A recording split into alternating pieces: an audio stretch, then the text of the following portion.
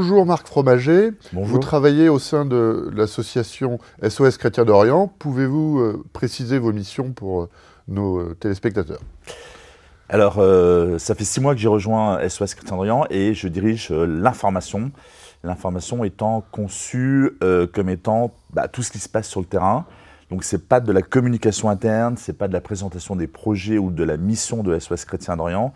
C'est vraiment que vivent les chrétiens d'Orient dans les pays que nous suivons, et pas que eux, parce qu'ils ne vivent pas dans des ghettos, ils vivent au milieu de la population de ces pays, qui est essentiellement musulmane, à part peut-être Israël, où elle est essentiellement juive, mais donc, quelles sont les interactions entre les différentes communautés, quels sont les éléments, pas simplement religieux, mais politiques, économiques, géopolitiques, les interactions entre les différents blocs, pour essayer de comprendre ce qu'ils vivent, pourquoi ils vivent, d'où leur situation actuelle vient, qu'est-ce qu'on peut espérer pour l'avenir.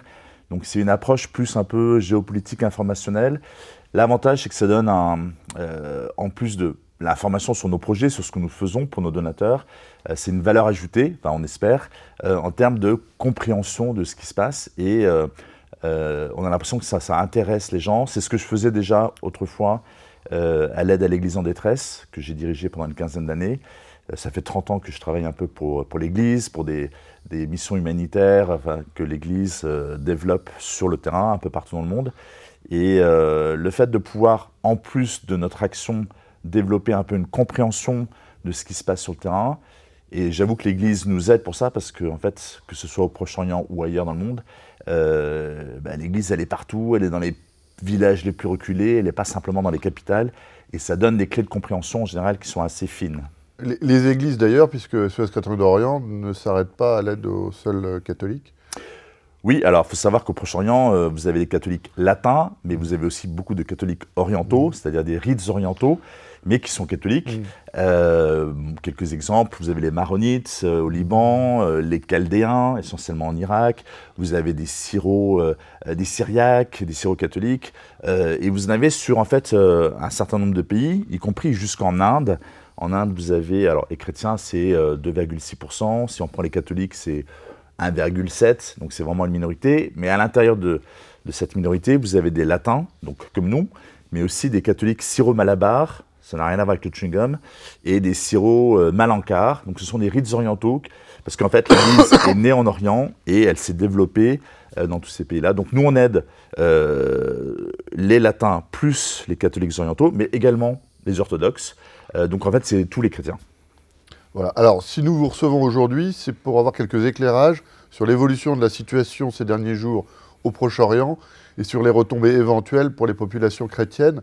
Quels sont les retours que vous avez du terrain suite aux attaques du Hamas contre Israël? Alors évidemment, tout le monde est inquiet. En Terre Sainte et en Palestine, on s'attend à une opération militaire d'envergure sur Gaza.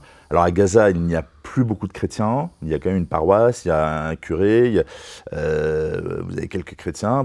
Mais plus largement, il est probable que ce conflit qui démarre, on ne sait pas très bien ce qui va se passer, débordera sur tout l'État d'Israël, toute la Palestine aussi, donc les autres régions palestinienne en dehors de Gaza. Et ce que l'on craint aussi, c'est effectivement une contagion de la tension au niveau régional. C'est-à-dire, on voit déjà le Hezbollah qui hésite, mais qui commence peut-être au sud du Liban à intervenir. Dans ce cas-là, le Liban sera précipité dans ce conflit, comme si le Liban avait encore besoin de plus de problèmes, sachant qu'il est déjà dans une phase un peu critique. La Syrie, comment elle va interagir avec ce qui se passe en Terre Sainte, c'est à voir. Il va y avoir l'Égypte aussi. S'il y a un soulèvement général de la rue arabe, a priori, elle n'est pas orientée contre les chrétiens à ce stade, mais on sait que dans cette région, dès que ça part en vrille, tout le monde est touché, tout le monde est concerné, et les minorités sont plus fragiles que les autres. Et donc on est très attentif, étant sur place, alors en dehors de la Terre Sainte et de Israël-Palestine, On est dans absolument tous les pays avoisinants et donc nos équipes sur place sont vraiment très attentives à ce qui se passe pour savoir ne serait-ce que comment réagir pour des questions même de sécurité de leurs équipes. Oui, justement, d'ailleurs, dans le passé, SOS Chrétien d'Orient a dû elle-même faire face à une prise d'otage. Donc, vous avez renforcé effectivement la veille et la mise en alerte de vos équipes pour que les bénévoles soient le plus en sécurité possible. Oui, bien sûr. Alors, dès le départ, on a eu ce souci de la sécurité. Bon, malheureusement, le risque zéro n'existe pas. Faut savoir qu'il y a 3 sortes de personnes dans nos équipes. Vous avez des permanents salariés, français en général, européens, qui sont chefs de mission. Ils peuvent avoir des adjoints. Vous avez ensuite des volontaires, la plupart français. On peut avoir d'autres nationalités, des Belges, des Allemands, des Italiens, essentiellement européens. Qui sont effectivement volontaires, bénévoles, de passage, donc 1 mois, 2 mois, 6 mois. Et ensuite, on a des équipes locales aussi, donc on a des personnes, des citoyens du pays où nous sommes, salariés et bénévoles. Et donc, on doit prendre en considération la sécurité de toutes ces personnes. L'enlèvement à Bagdad, c'était un concours des circonstances, c'était effectivement très malheureux, mais c'est l'unique fois où c'est arrivé en 10 ans. On espère évidemment que ça ne se reproduira pas. Donc on fait très attention, mais encore une fois, le risque zéro n'existe pas. Alors peut-être que le pays le plus en danger, vous l'avez cité, c'est le Liban, où SOS Chrétien d'Orient est très présent. Quel est l'état d'esprit des Libanais ces derniers jours? Les Libanais, vous le savez, il y a un antécédent avec leurs voisins du Sud, c'est-à-dire depuis 50 ans, on va dire qu'il y a toute la question palestinienne qui en fait les touche. Parmi les Palestiniens, essentiellement des musulmans et des chrétiens, et au Liban, ce sont essentiellement des musulmans et des chrétiens, mais surtout, ça a eu un impact direct sur le Liban, dans le sens où, en fait, avec les premières guerres en Israël, il y a eu une grosse partie de la population palestinienne qui a dû fuir, c'est une partie au Liban, donc il y a toujours des camps palestiniens qui sont en général sur des terrains qui appartiennent à l'Église, mais aussi, il y en avait beaucoup qui étaient partis en Jordanie. Mais ensuite, en 70, il y a eu le Septembre Noir. Les Jordaniens se sont débarrassés des Palestiniens. La plupart sont allés au Liban. C'est ça qui est étonnant. Ils auraient pu aller dans n'importe quel pays musulman avoisinant, y compris des pays riches comme l'Arabie Saoudite. Et bien en fait, c'est le seul pays qui était à l'époque majoritairement chrétien qui les a accueillis. Et ensuite, ils en ont payé le prix. Parce que 5 ans plus tard, commençait la guerre civile en 75 au Liban. Et depuis, ils ne s'en sont pas remis. C'est-à-dire que tout ça pour dire que la question palestinienne, évidemment, les touche. Puis après, il y a eu des guerres entre Israël et le Liban, la dernière datant de 2006, ce qui fait qu'ils doivent forcément suivre très attentivement ce qui se passe au sud. Mais l'inquiétude doit être extrêmement importante aussi, parce qu'encore une fois, le conflit est potentiellement extrêmement volatile et pourrait concerner toute la région très rapidement. Donc, ce conflit naissant représente-t-il pour vous, pour votre association, un nouveau danger pour les chrétiens d'Orient et pour le maintien d'une population chrétienne au Proche-Orient? Alors, à court terme, on ne voit pas directement l'impact sur le très faible nombre de chrétiens qui vivent encore en Israël ou en Palestine, sauf si, encore une fois, il y a un embrasement général. Dans les autres pays avoisinants, pour le moment, ils ne sont pas directement impactés. De toute manière, la question, c'est que ceux qui avaient les moyens de partir ou qui ont eu les moyens de partir, beaucoup sont déjà partis. C'est-à-dire que le nombre résiduel devient vraiment extrêmement faible. Et souvent, ce sont des personnes qui n'ont pas forcément les contacts de la famille à l'étranger, les moyens nécessaires financiers, ne serait-ce que cela pour partir. Et donc, ils sont un peu bloqués là. Et alors, certains veulent rester là parce que c'est leur terre, ils sentent qu'ils ont une mission, etc. Et nous, on est là pour les aider parce qu'on pense que le christianisme qui est né dans cette région, non seulement a le droit, mais même sans doute le devoir de rester. Donc, on espère que ce sera possible. Mais encore une fois, tout dépend comment cette crise, qui a priori n'en est qu'à ses débuts, va évoluer dans les jours, les semaines à venir. Alors on parle d'une possible évacuation d'une partie de la population de Gaza vers l'Égypte et vers le Sinaï, qui est une partie désertique de l'Égypte. Mais l'Égypte est en même temps le pays qui compte le plus grand nombre de chrétiens dans la région, les Coptes, et où vous êtes également présent. Et est-ce que vous avez des retours de l'Égypte? Alors, oui, la question chrétienne de l'Égypte, a priori, elle n'est pas impactée directement. Effectivement, les chrétiens sont extrêmement nombreux. D'ailleurs, c'est assez amusant. Le gouvernement égyptien a longtemps prétendu que les chrétiens étaient 2 à 3%. Donc, une manière de minimiser leur présence et donc de leur dénier toute espèce de droit de représentation.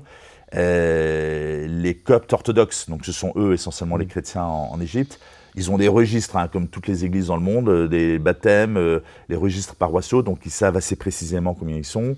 Et eux disent qu'ils sont autour de 17% de la population. Si on rajoute des Coptes catholiques, alors 200 000, ça ne fait pas beaucoup, et des protestants, on arrive à peu près 20% de la population, ce qui est quand même pas négligeable. Donc on est autour de 20 millions de chrétiens. Donc c'est l'énorme réservoir de chrétiens du Proche-Orient.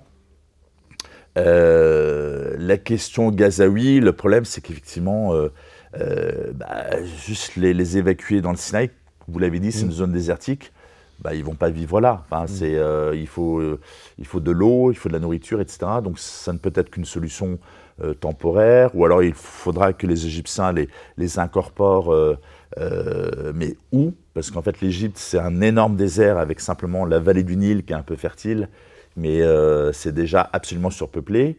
Donc en fait, on ne voit pas très bien comment ça pourrait être une solution de recaser, je ne sais pas combien, des centaines de milliers de Gazaouis qui seraient amenés à partir.